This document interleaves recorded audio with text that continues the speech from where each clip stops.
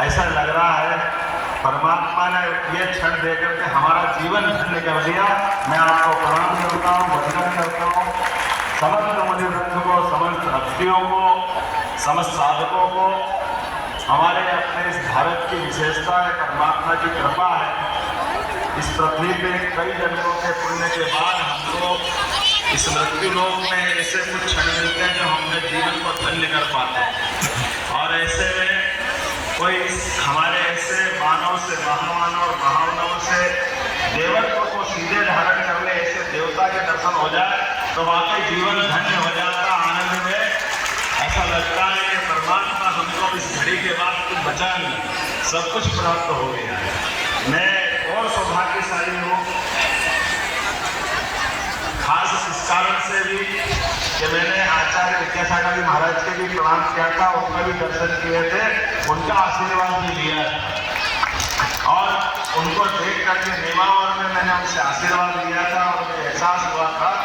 कि आपको देख के वास्तव में उसका एहसास होता है। कोई देवता को देखने के बाद माँ नर्मदा के किनारे कैसा लगता, वो जीवन का क्षण भूल नहीं सकता हूँ। लेकिन अपने जीवन काल में जीते जी वो देवत्व को धारण कर गए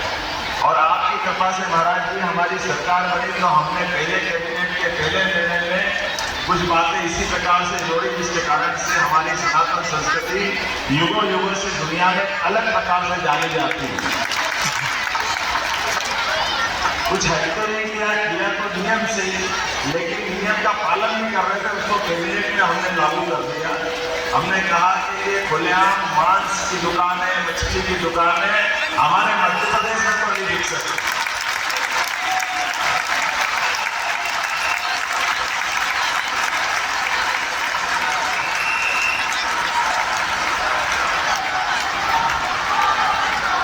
और केवल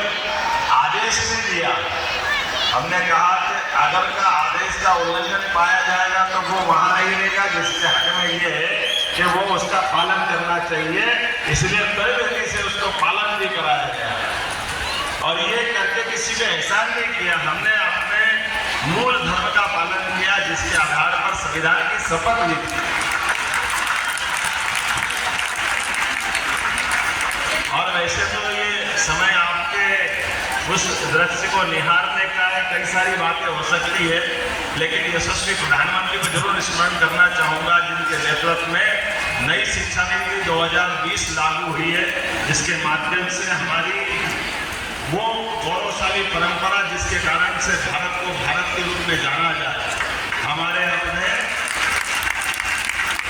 उस गौरवशाली इतिहास के ऐसे कई पृष्ठों को स्मरण कराते हुए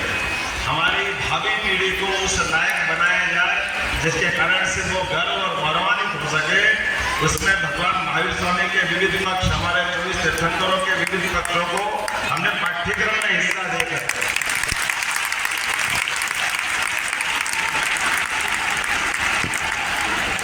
मध्य प्रदेश की शिक्षा नीति में इस बात को हमने जोड़ा है कि आखिर हम अपने मानवोचित गुणों को संसार के सामने रखना चाहते हैं तो हमारी भावी पीढ़ी को उससे जरूर परिचय कराना चाहिए,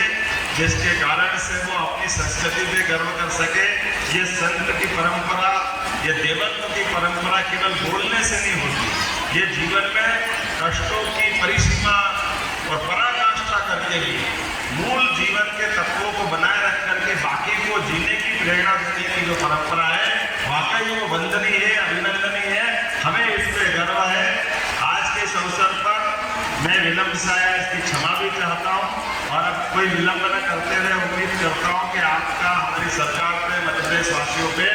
आपके माध्यम से आशीर्वाद मिलता रहेगा। वैसे आपकी जानकारी के लिए बता दूं कि सागर का आयुर्वेदिक मेडिकल कॉलेज जो बनने वाला है, हमने आचार्य विद्यासागर जी महाराज के नाम से उस मेडिकल कॉलेज का नाम